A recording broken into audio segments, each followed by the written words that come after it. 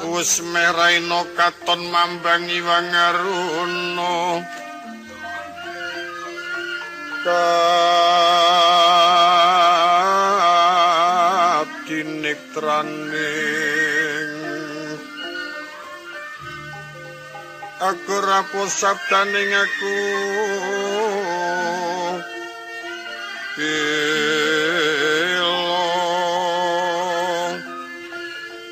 renkani goro saketer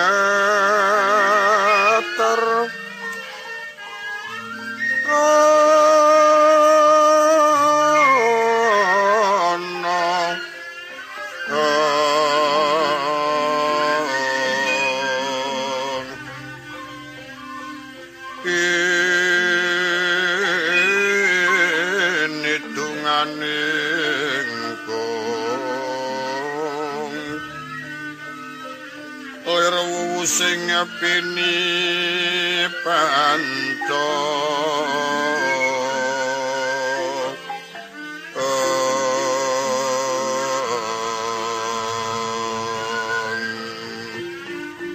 pepetoking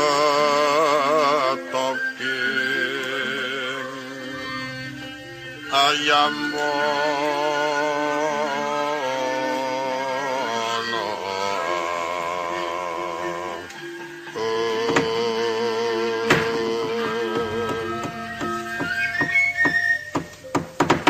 Kakungger Dipati Karno kula nuwun wonten paridhawuh Kanjeng Rama rikala semana nggonmu mlebu ana kukuban pakuwon ing glagah tinunu nganti bisa gawe kurban patine Senjaya kang bakal mbladak milang sipat mirang kampuh jinggo apa durung ana tondo-tondo yen para kadang-kadangmu ing Ngamarta ora nrimake munggu patine Senjaya.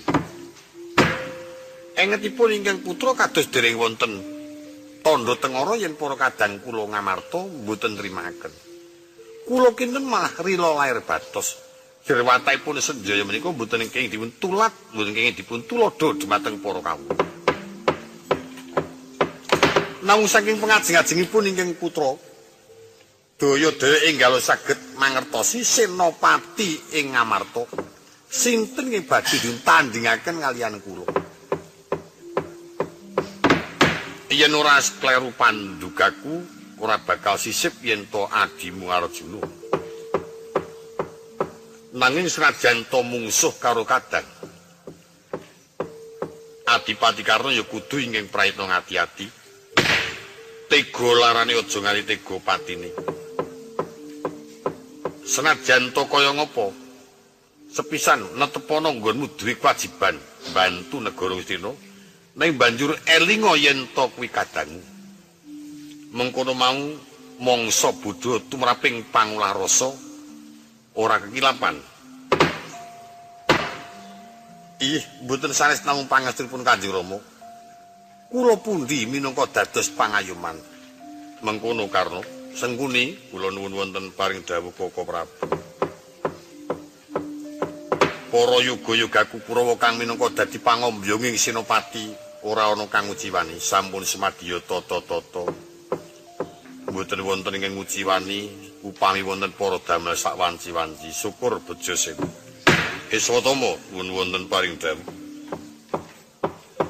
Titiang ngawungga dicawisake mengko entuk ana para gawe sak wanci-wanci aja nganti ngrepoti marang lakune senopati becik enggal ditata sadurunge nuwun ngestakaken dawuh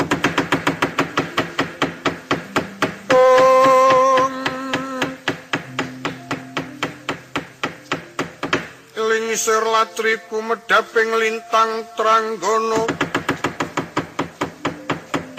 surem sasongko kang wis manjing bumi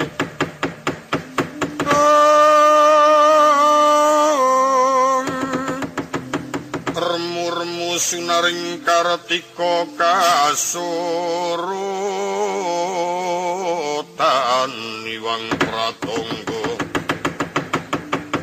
Iwang Pratangga mijil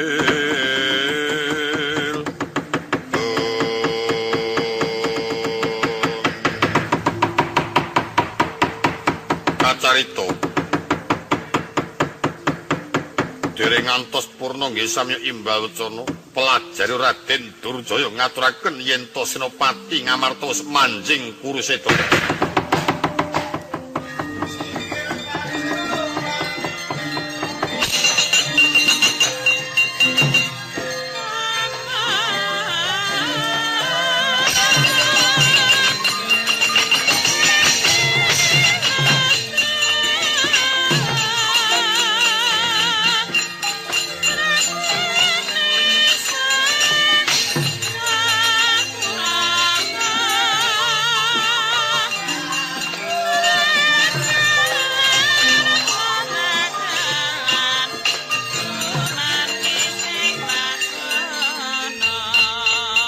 Matur wong ngersa dalem Kanjeng Sinuwun Mandaraka. Apa Durjaya ngaturaken kawulingan? Kurusetra sampun kedatengan senopati saking Amarta. Mitra saking loing kathah ingkang manjing dados senopati Raden Janaka. Nitih turangga Kyai Cipta Wiluh. Karna wonten dawuh adimu Janaka wis ngetoni ana paprangan. Lah senopati ora bakal cidra Durjaya mboten badhe cidra ngupaya ngirai Koko Prabu Karna. Nyuwun pangestunipun Kanjeng Rama langkung rumiyin Rata Kencana kula triniti. Kula badhe nitih turangga Cipta Pranagati badhe kula papakaken kadang Dimas Janaka sing ati-ati Karna.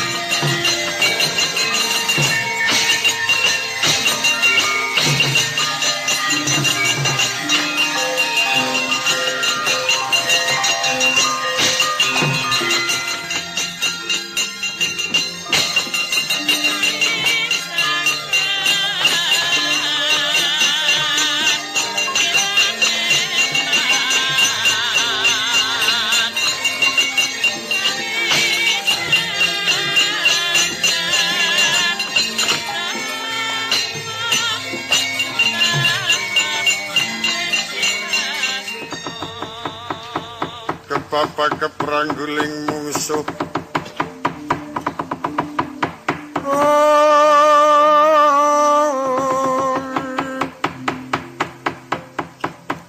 Mula trisang suranggong koro mangsaing arunang kono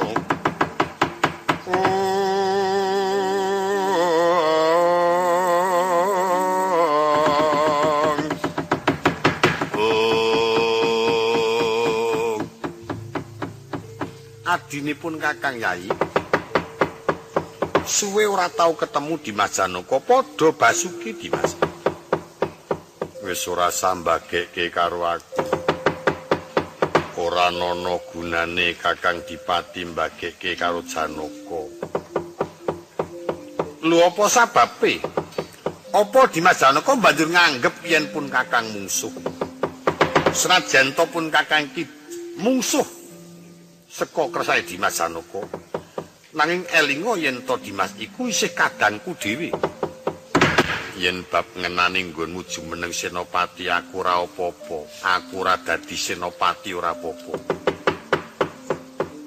Ngerti yo Kakang Dipati Karna kowe nyerik-nyerikke karo aku. Sejatine pancen aku ora saguh lan aku ora bakal manut didadekke senopati kajunjung minangka dadi cucuke ngajurit. Ewadine kegawa saka kahanan bisa mrkitekake kupingku. Soal apa? Dadak takon.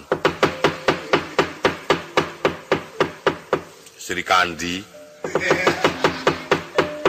Kuwirangan mergo saka Kakang Dipati Karna. Lho kok emang kono kuwi kabeh mung kare ngunduhing pakarti. Pertimbanganmu diajeng karo Sri Kandi ya dasare gawe wirang karo aku wis jajal. Upama Dimas Janaka dhewe brengos kok mung dicukur sesisih wis. Apa ora keloro-loro atine? Brengos kira mengkene. Wis jajali bareng Sri Kandi.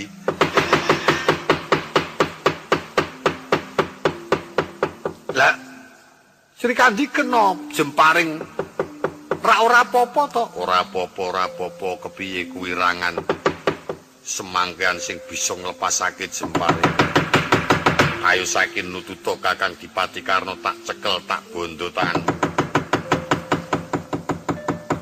Lantaran saka pertimbanganku kang nandhang kuwirangan iki Senopati Ngamarta. Oh iya to. Yen pancen mengkono kersane Dimas Janaka pun Kakang mingkari manut gandhengi kerengan sedulur. Prayogane Dimas Janaka nitih turangga apa secara wewantan? Wis prayoga neter kadigdani secara wewantan. Aja mlayu Dimas.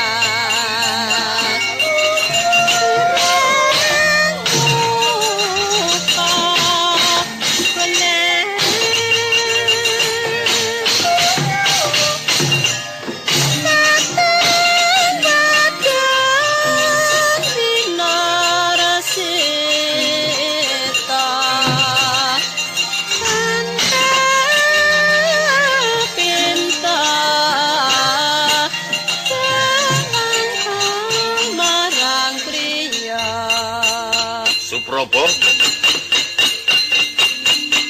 Cagar mayang Probo sini kanoro sapinunggalaning kula pukulun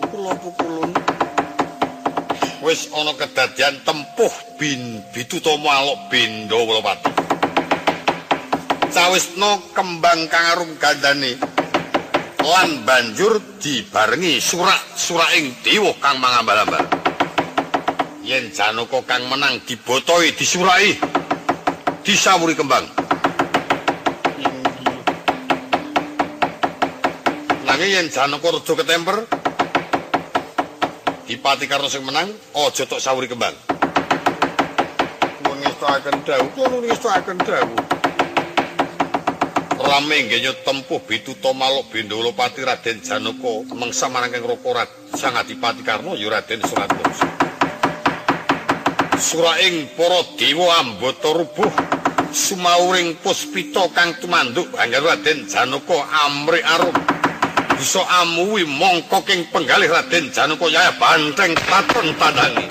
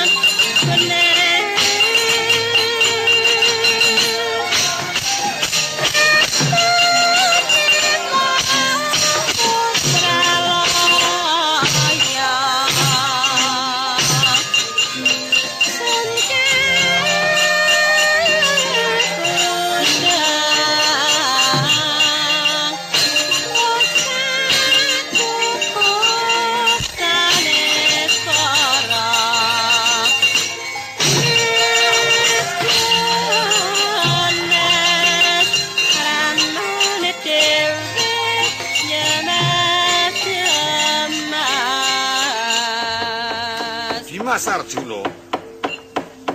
Apa Kakang Dipati Karna? Mongko king atimu merga dibotoi para dewa. Ya ora perlu dadak ngitungake bab bata iku karepe sing padha mbotoi aku ora bakal ngaturi. Saiki prayoga bebarengan. Ngetokake kamunceran, ayo nyekel pusaka. Nitih turangga. Pun Kakang nyekel pusaka Kyai Kaladite, Dimas Janaka sakarmu. Aku ya nyekel pusaka Kyai Kalanada. Sampuk sinambi nitih turangga cipta wiluh. Ngendi sing kejaret pusaka meni bablas nyawane.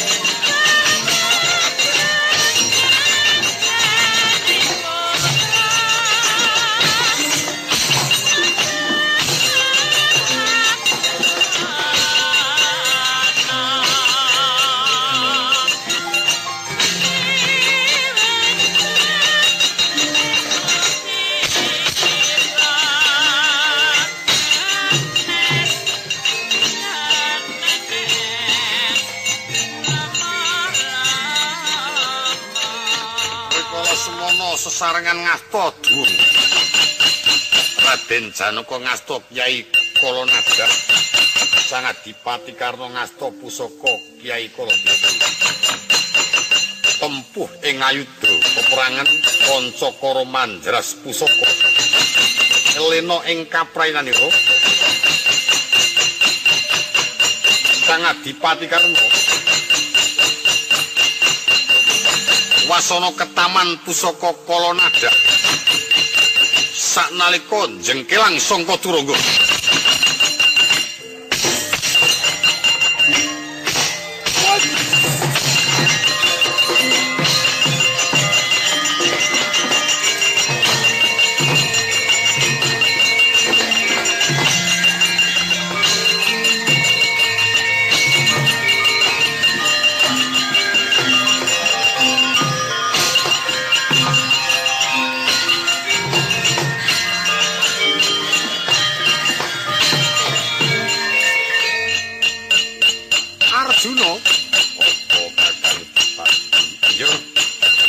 Kakang rumangsa kewirangan nganti niba seka titian tampana pusaka Dewa Danu tak pamingi budhe. Raden Janaka taman pusaka Dewa Danu bisa kontal sumpinge kewirangan mundur sepapan.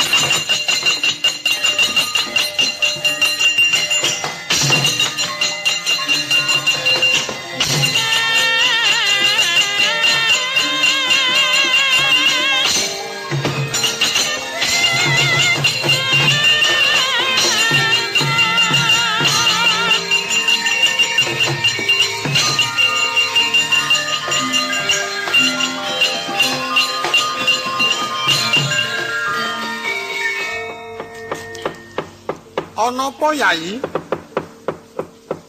Kula badhe kawon Kaka Prabu. Tandane sumping kula kontal Kakang Adipati Karna pameran Demesa Jemparing titis. Wah, bocah ki nek kesuma ki. Aming sumpinge sing kontale kok gresula sambat yen kalah. Karang ya kesuma. Lah iya. Nek pancen Kerna Sembrana kok winganane ngontalke sarungku ya nyemelangi iki. Mongko Ndara Srikandi ya genah kuwirangan kontal agemane. Nek tata-tata adimu takon kathukan dawa wae. Nganggo kaos men aja kena panah ayo. Dimas, apa ya kebangetan yen kalah titis nggon menyekel Jemparing. Genti diwales amrih bisa kuwirangan. Lah kula mboten wonten genta sumping. Diparingi genti sumping saka kayangan. digemateni karo dewa mono. Ilang genti aku kan wis ilang ya lap. Akeh duwe deloe dimelik wong. Wis ilang lah wis tanpa ketondo sekarang ya wis. Bejane awak. Ha iya. Maju tak boto ya. Kocap Raden Janaka estri manah arsa males ngudi tuh lara wirang marang inging Raka Sang Adipati Karna. Ngasta jemparing Kanjeng Kyai Rodo Dali. Kalepasaken saknalika tumomo marang agemanira topong Sang Adipati Karna kontal sanga mestaka.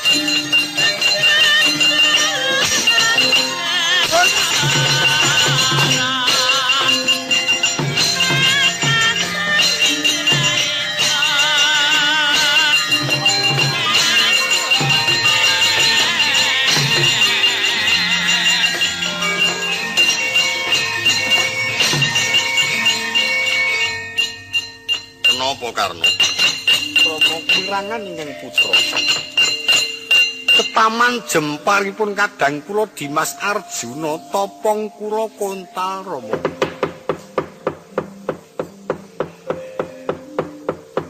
Wah pancen Janaka titih tenaget nggone jempare yen musuh adimu ngembat jempare sing ati-ati awit para wadya bala senopati sak Ngamarta ora ana sing padha karo Janaka. Tri gas pundi ngir mak ngagem mudeng mawon apa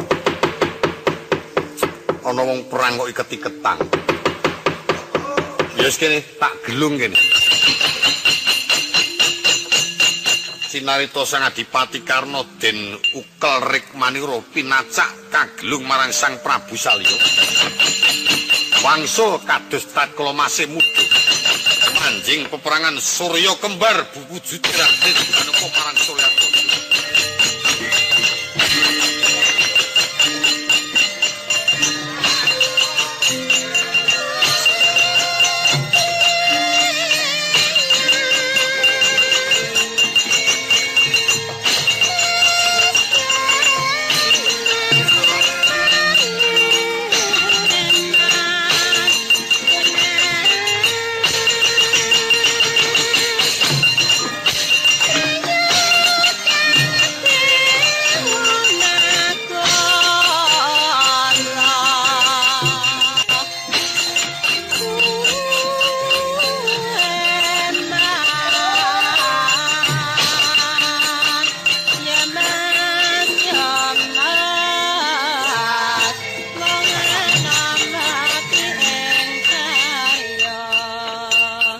Kimono dewa bareng ana.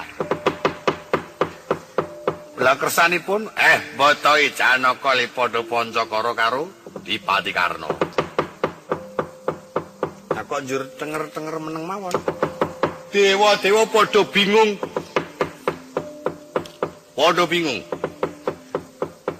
Dudono dalane terus ndak bingung. Ora bingung dalan kok iki. Bingungipun arep mbotoi Janaka jebul Janaka karo Suryatmaja baguse padha. Nganti semeneh ana kedadian Suryatmaja sing menang dianggep Janaka disawuri kembang. Ah niku nonton wong klera-kleru ngoten. Mula iki widodari tak penging dhisik. Aja guru nyawurke kembang, awit durung bisa tumata, durung bisa mangerteni marang Janaka. Ingkang sak temene sing endi? Iki sendika, kula niki sendika. Sawurke aku mah tumata, Mas. Tur genane Bagong ming siji. Senajan loro sing siji dhuwur.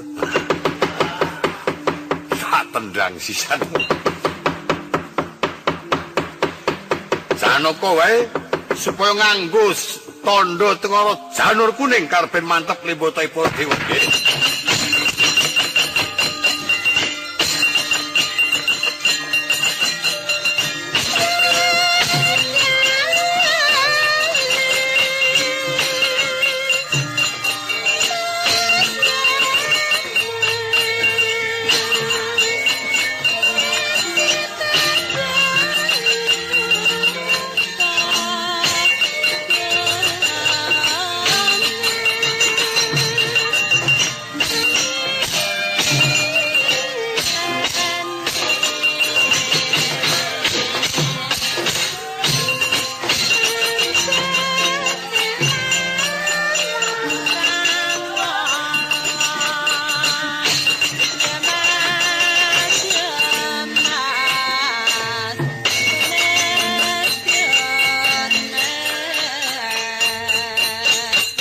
Mas Janaka apa Kakang Suryatma pun Kakang wis rada sawetara Pancakara kelawan Dimas.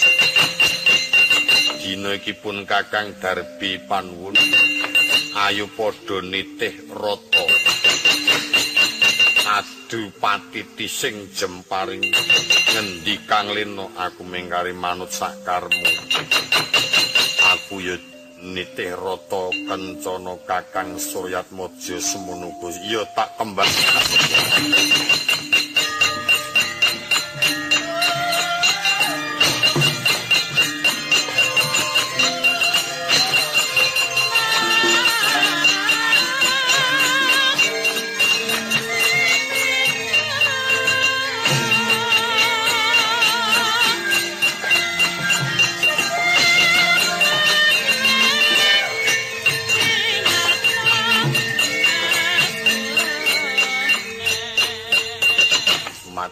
Ngersanipun Rama Prabu kepiye nggih?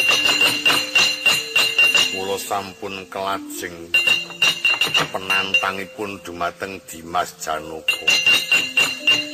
Anggen kula badhe manjing peperangan nitih rata kula suwun Rama Prabu ngasta kusiripun. Oh iya, Prayoga, Asatama mboten dawuh. Aku kang nyekel kendaling jaran Asatama kang ngeneki. Karben dibacutake nggone Pancakara nyekel jemparing ngendi kang titis ya kuwi gak bakal unggul peperangan iki.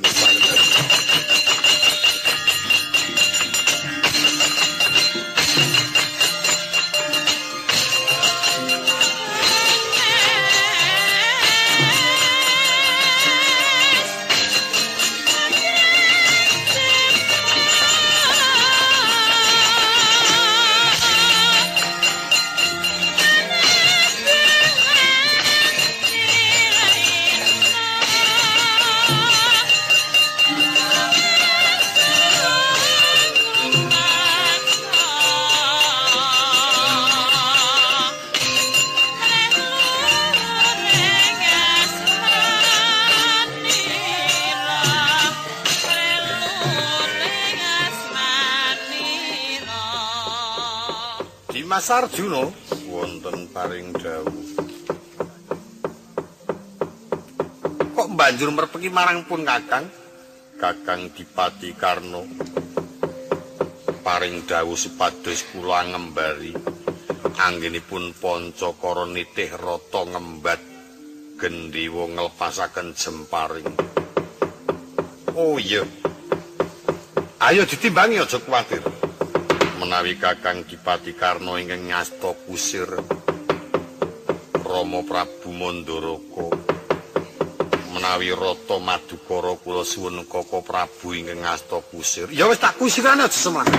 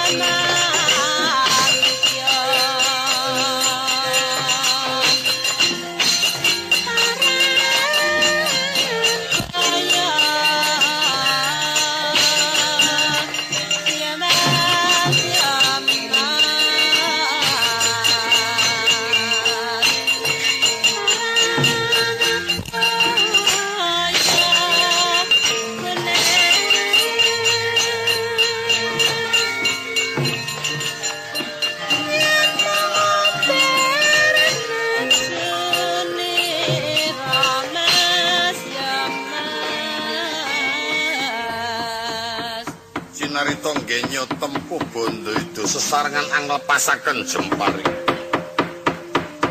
Jemparing kang mungging akasa persasat pating glebyar pating clorot. Pindha melaping tatit. Rikala semana lena ing kapratnanira Raden Suryatmaja. Seka bantering nggih nglepasaken Jemparing Raden Janaka. Satemah nganti njebolaken rikma. Pedhot jamang jungkel padha satika sang Adipati Karna.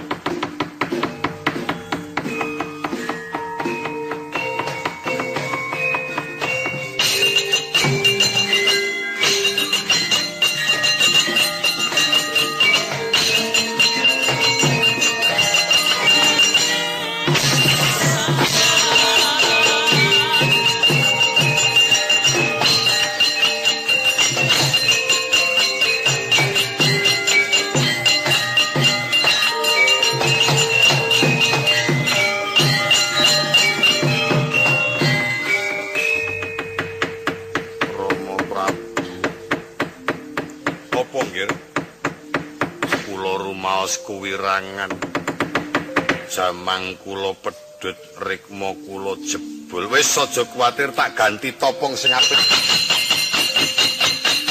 amrih bisa timbang kekuatanmu karo Janaka genti walesen Janaka rikala semana wis ngagem topong mangkilat pindha gebyaring tangga Sang Adipati Karna ngasta pusaka wasiat ing ngawungga kang linepasaken wonten ngakasa. Ing ngriku natas rikman Raden Janaka bodhol ukelira saknalika Raden Janaka mlebu.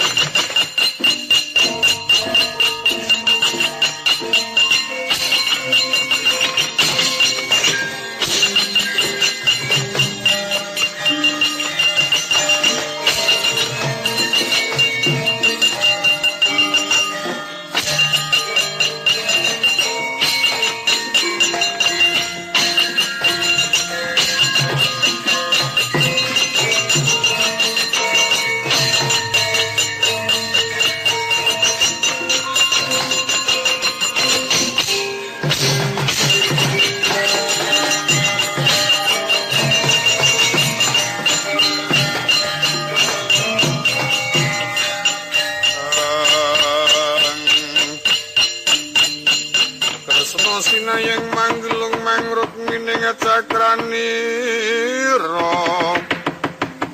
umitirane ngasta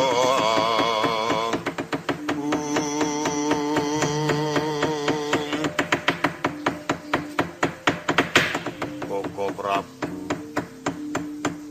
kula kuwirangan Koko Prabu rikma kula udar. Oh, dijemparing karo Karna. Ya wis aja kuwatir. Nampa sekadarmaning para Jawata. Yayi bakal didandani marang pukulun Bathara Antrada supaya bisa surya kembar marang Yayi Adipati Karna. Cinarita rikala semana Raden Janaka den agemi topong. Peparing Sang Hyang Kanaka Putra. Busana surya kembar marang kang rupa Sang Adipati Karna. Datan ana bedane pan iku kang kena sinebataken Karna tinanding. Paparan persasat udan Jemparing lo ing para dewa kang ambata rupa. Burking para kawula kang keplok sesarengan. Umyang gumurus paraning para madya.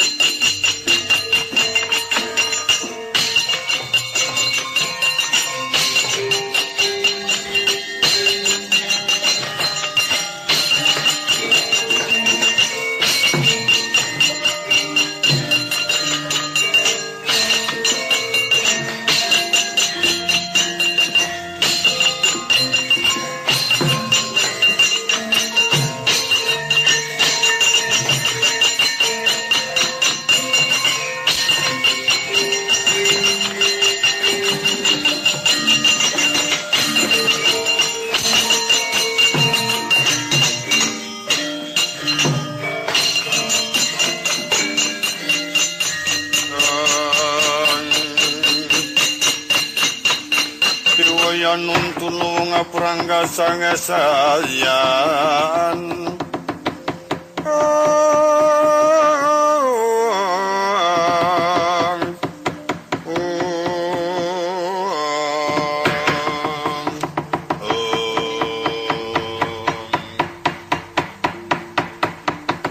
ting jemparing kang yekti datan wenten selani ucapo ingkang wonten Jimantara kang wujud arda walika genyura sak bongkoting wital yaiku kang kena sinebataken Kyai Naga Kumbang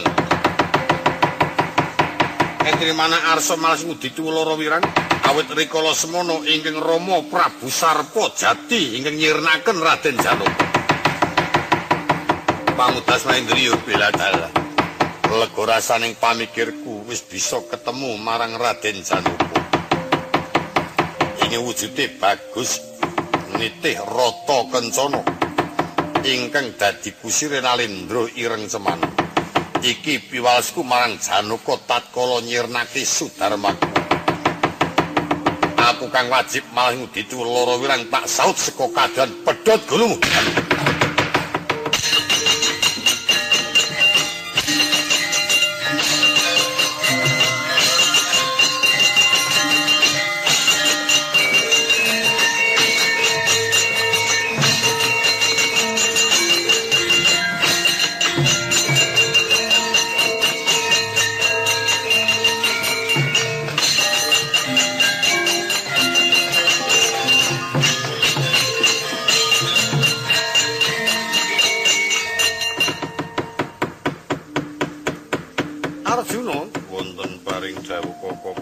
sing ati-ati Yaya Dipati Karna saya suwe katon saya kejem ora ngengeti yen to Pancakara mungsuh marang kadang senadyan kula mboten badhe tinggal gelanggang colong playu mengkono ya pancen tak sesuwun lan tak pepuji rina kawan wengi Dimas Arjuna kang kudu teguh pamikir ucap wong agung Ndrawati rikala semana ngasta kendalining turungga Presa kumap sangka ing Jimantara wis uninga yen to Kang Rai Sumedya nampa bebaya sigra paring sasmita ngasejati jemparing bakal kalepasaken marang rata ing awungga presa yen to ana bebaya sigra den lepasaken ing akasa nugel gulune Sang Naga Kumbang tugel tol dadi loro sirna Madrayu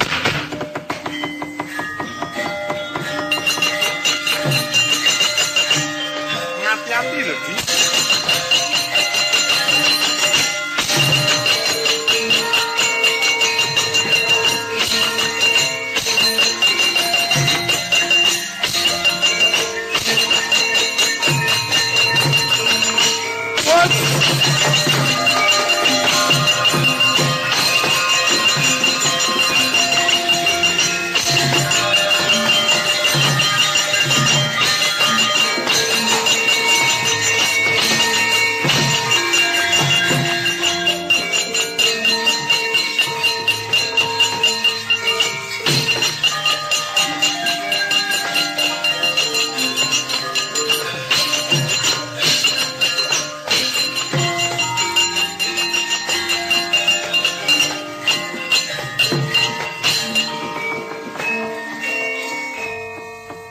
Napa Karna Rama mboten wonten Solabawa menapa-menapa lan mboten wonten tandha tengara menapa-menapa menika wonten deksaka ingkang tigas jangganipun dawah saking Jimantara wis ora samikirke bangke ula wis ben sing dipenke nggonmu adu katiasan marang adimu Janaka Yi gandeng kula sampun rumaos kesel. Kula sampun rumaos payah. Sawetawis gendera peperangan badhe kula lorot rumiyin. Kula sumedya utusan ing ngabdi Patih Suradi Manggala. Wangsul wonten ngawangga nyuwun kentunan sadaan kinang kaliyan ingkang putra pun diajeng Surtikanti. Wah, wong perang kaya kangen karo bojone. Ya sakarmu Patih Suradi Manggala wonten adawuh tak timbali maju kados niku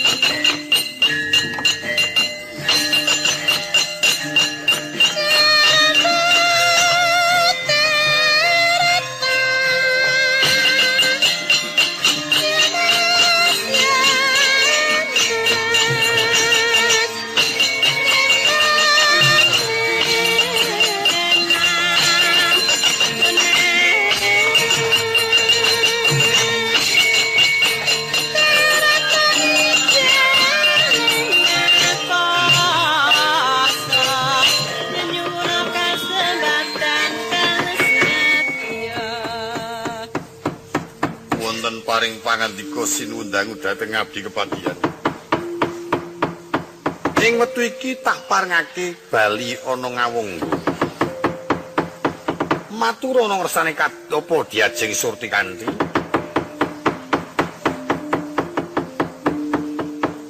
Aku nyuwun supaya dikirimi sadaan kita. Kepripun? Kepripun dawuhipun? Njaluk tulung bali ana ngawangga aku suwana kiriman sadaan kinang. Oh iya. Nyuwun pangestu sing ati-ati aja nganti kesuwen kados diko.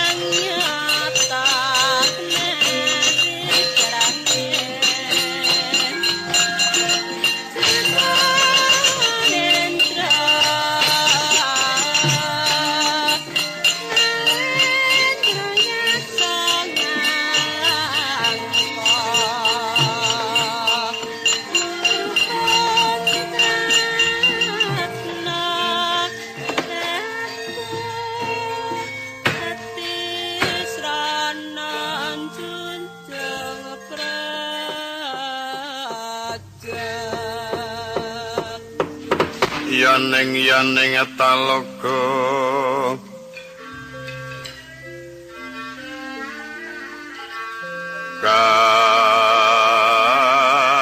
kati langit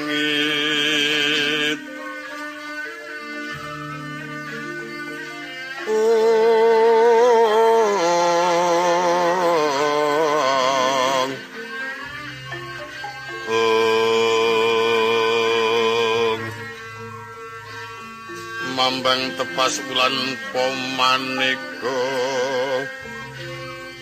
lintang daya kusumayana sumawa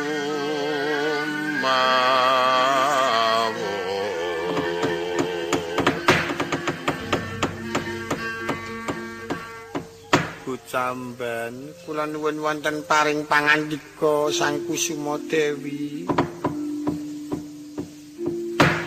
tak sesuwun marang Jawata nganti aku ngurangi nggonku dar ngurangi nggonku sare. Muga-muga Gustimu sinuwun ngawangga pinaringana unggul peprangane yen to manjing jumeneng Senopati. Kula piyambak nggih tansah nenuwun dumateng ngersanipun ingkang Maha Kuwaos. Supados pinaringan unggul juritipun ingkang raka Gusti kula sinuwun ngawangga. Iya. Direwangi cuklan-cukli prihatin ya ana. Awakku katek kuru. Lek ku prihatinake mbok ya menang. Iya. Ya saora-orane, Bu. Kok kaya wong main kertunjur mak, Bu. Muga-muga pinaringana unggul jurite. Iya aku ya muji-mujekake, muji-mujekake.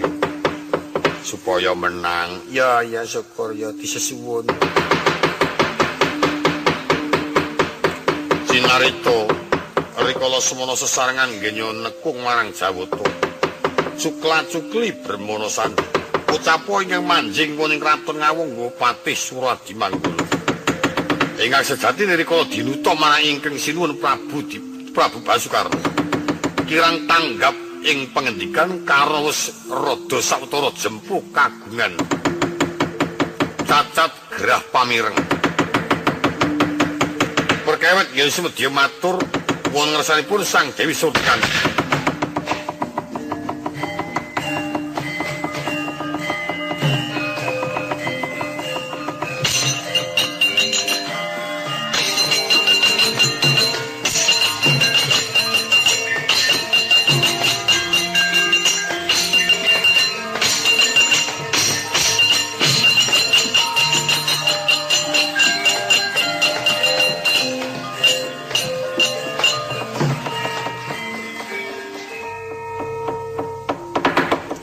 Sowan Raden Ayu.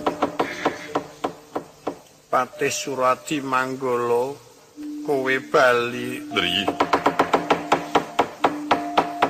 Ana apa Patih Suradi Manggala? Ih, menapa menika wau? Sowan kula lajeng menapa wau ninggonanu. Kepiye mbok ya sing cetha? Gustimu sinuwun Ngawangga kepiye? Ih, wau perang. Ning lajeng menapa menika wau? Kepiye nggonmu matur kepiye? Gustimu kepiye, Patih? Nun. Gustimu Sinuwun Ngawangga kepiye? Iya, menapa wau lajeng seda apa kepiye? Seda apa kepiye? Inggih. Ucapo Dewi Surti kanthi presa pengaken Sang Patih estunipun klentu tanpa den penggalih nyandak dunglikan suduk seluruh sirna Margalayu.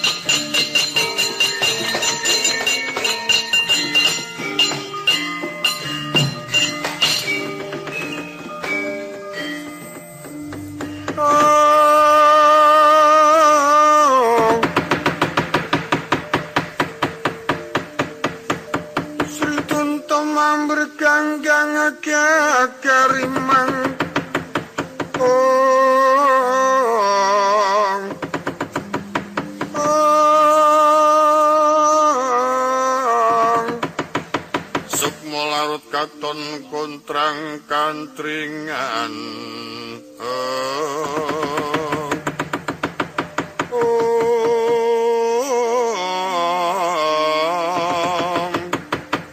tinumpa mringkang murba jagat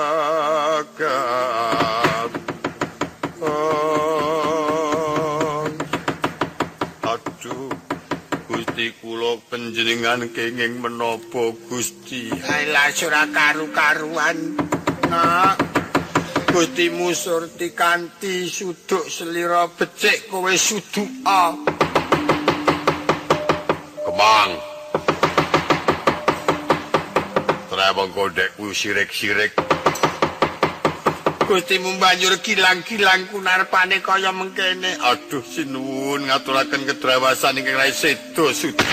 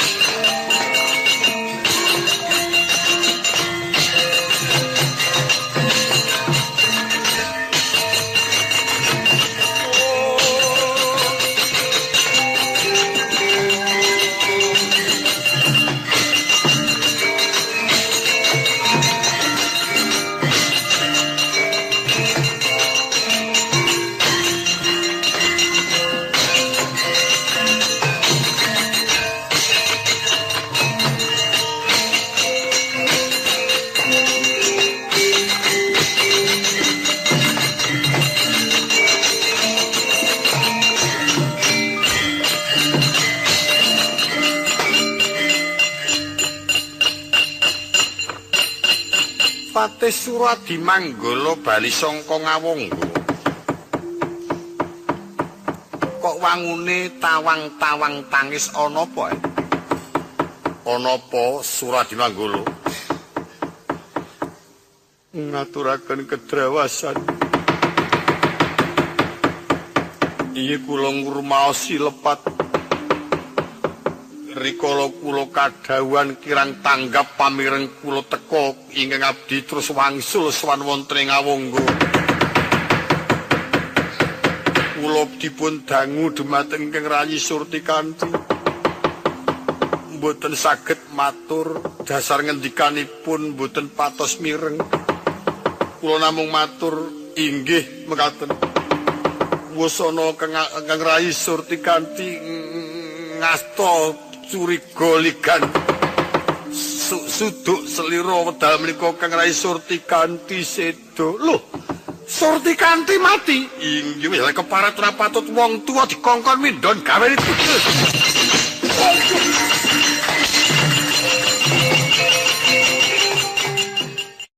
Surtikanti mati. Inggih wis keparat ora patut wong tuwa dikongkon mindhon gawe itu.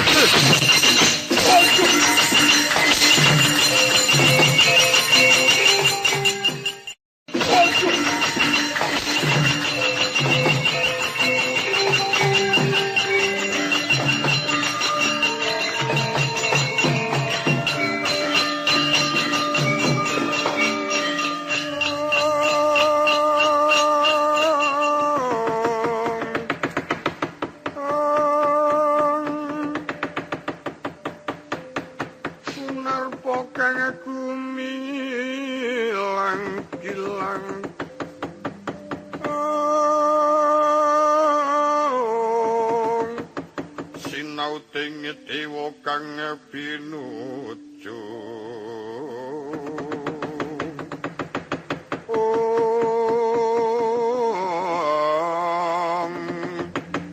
tumekakno ing swarga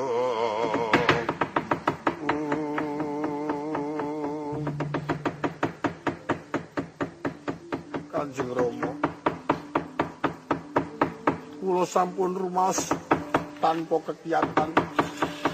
Kula sampun rumaos tanpa daya Rama. Aja kaya ngono Karna. Sing teguh pamikirmu aja banjur kaya bocah wingi sore. Yen mekaten kawontenanipun tenimbang kula menika gesang ingkang tanpa sesarengan ingkang Rayi Surtikanti. Kula malah badhe nglajengaken peperangan kula nyuwun pamit. Pejah kemawon Rama. Aja nggih. Sing mantep pamikirmu yen to kepengin bakal tentrem malah prayogane. Aja nganti tega-tega banget karo adimu sana. Monggo nglesantunaken Pancakara Kanjeng Rama. Ya saya tak kusirane ret.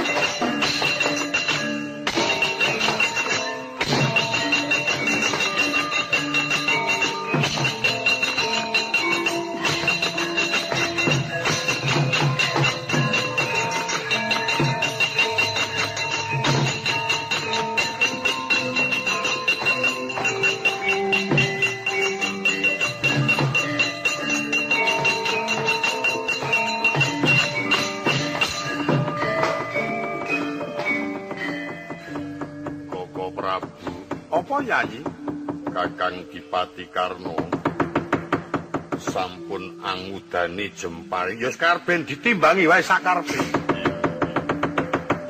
Sinarita rikala semono Sang Adipati Karna persasat ngrutuk sedamel marang Raden Janu. Limpat ing pambudi winasis pangendani. Prandine bisa lena ing kaprainan Kataman Jemparing agemane topong kunta Raden Janaka ngambruk.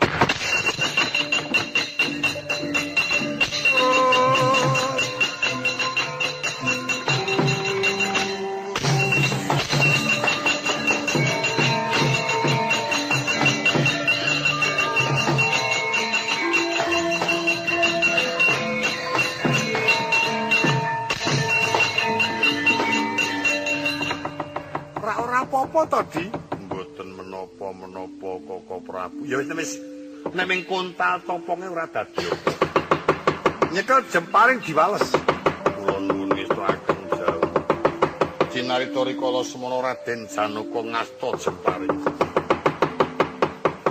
Nyipat ing Raka Sang Adipati Karna. Wasana mbuya tumama marang Kang Raka nanging tumama ngengingi song-song ing awangga. Ingkang kinarya hanyongsongi rata kencana. Satemah song-song awangga bodhol ana paprangan.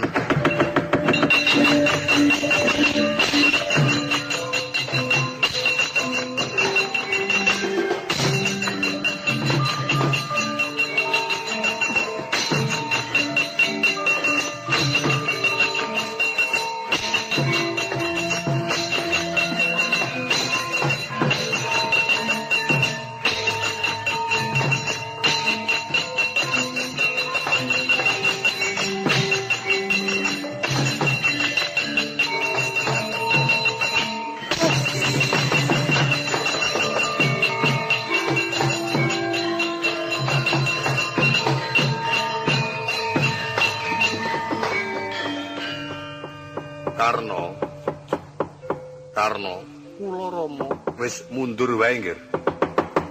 Ayo mundur wae. Menapa sababipun kula mboten menapa-menapa senajan ora apa-apa aku wis nampa plambang. Song-song ing rata kena jemparing bodhol kaya mengkono iku minangka kanggo plambang yen song-song prajurit Ngastina ki sejatine mung jeneng sira. Ayo bali. Mboten Rama, mboten badhe mundur. Tetep badhe kula ajengaken. Malah wekdal menika kula badhe tega kan kadang kula Dimas Janaka. Aduh. Aja ya nggih, aja tenan. Mboten berdu. Cinarita rikala semana Sang Adipati Karna ngasta pusaka Dewa Danu ing pengangkas medya den ancamaken supaya tumama janggane Raden Janaka.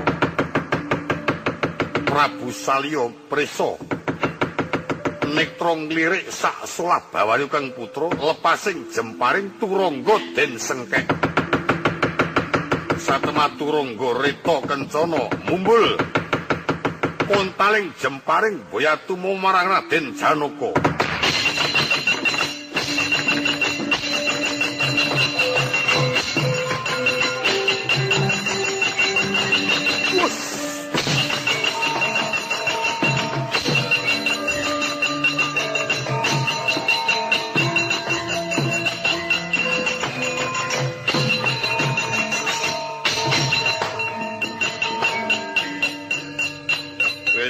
Sagu ngeneki aku. Kelakuane Narasoma elek tenan.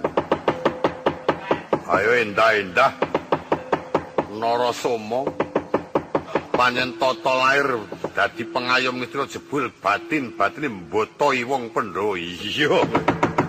Yen reta iku ora disengkek jarane ora nganti mumbul jemparing kena guli Janaka muni mati. Soma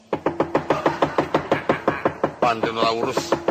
Wis moh aku ngeneki nek kok ngene wis ora ana untunge. Malah cilaka becik aku lunga saka ing papan.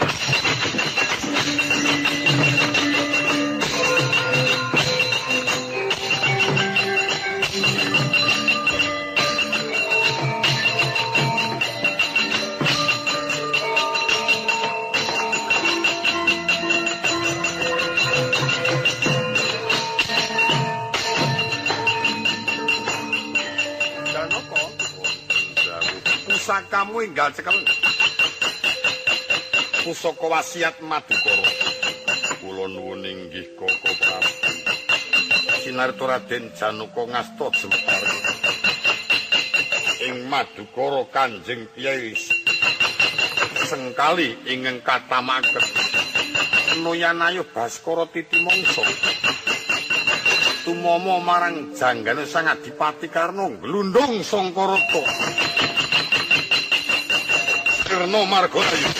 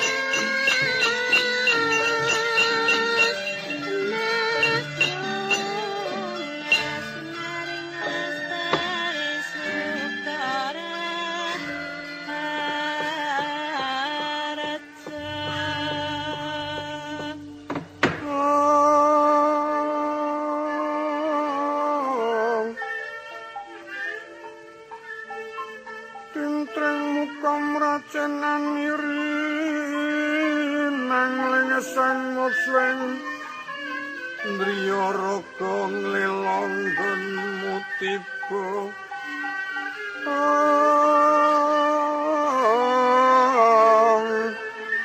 anglir putra kang kumleyang katiyuping modra pranantaka pindha jatine skara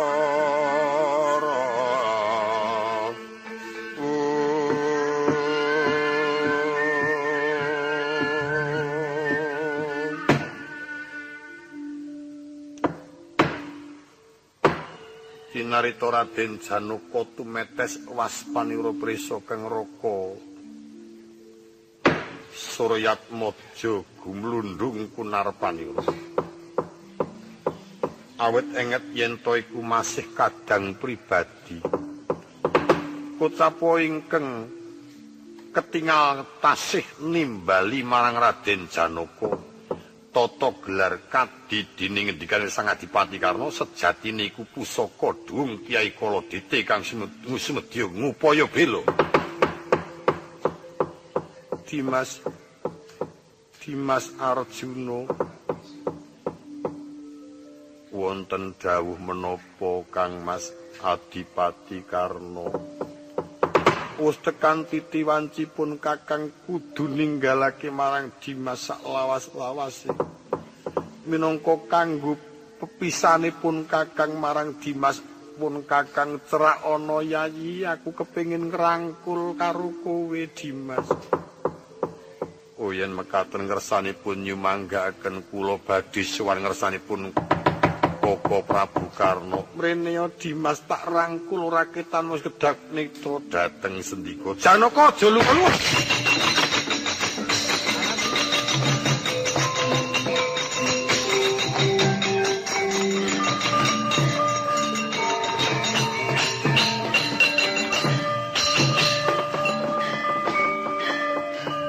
arti ndak ngendi Kang Mas Adipati Karna badhe ngrangkul kula minangka katresnanipun Kang Mas pepanggihan ingkang pungkasan dinten menika wis aja tok getuni senajan to iku kadangmu kang wis tumeka ing pati nanging sumurpa ingkang ngendika iku dudu Yaya Adipati Karna nanging duwunge Yaya Adipati Karna Kanjeng Kyai Kaladite yen arep nyaketi Yaya Adipati Karna coba saiki pusakamu kala nadah selena ngandhinge Jinarita ngestu padha ngendikanipun Rakanata Ndrawati Kyai kala nadah ingkang wonten ngarsan Sang Adipati Karna wasana dhuwung Kyai Kaladite lorot sangka ing sarungan musna sangka ing papan mercapada munggah kayangan sesarengan kaliyan dhuwung Kyai kala nadah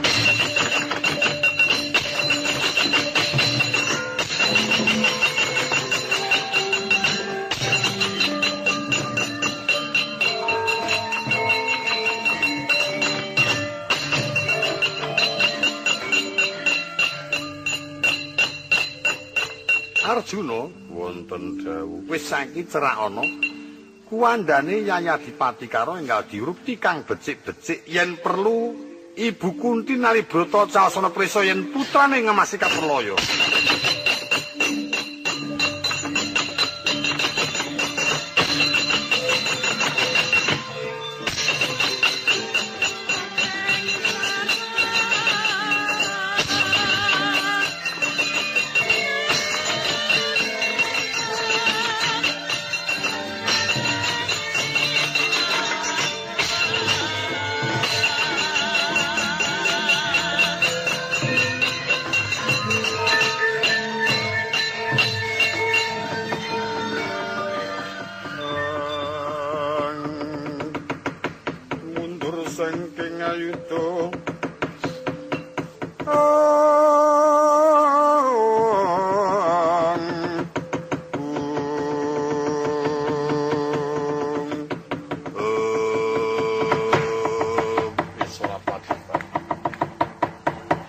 pancen tekan semono yogaku angger Dipati Karna tumeka ing Layu dadi atur ngarsane anak Prabu Duryudana sirane putraku mantu Dipati Karna.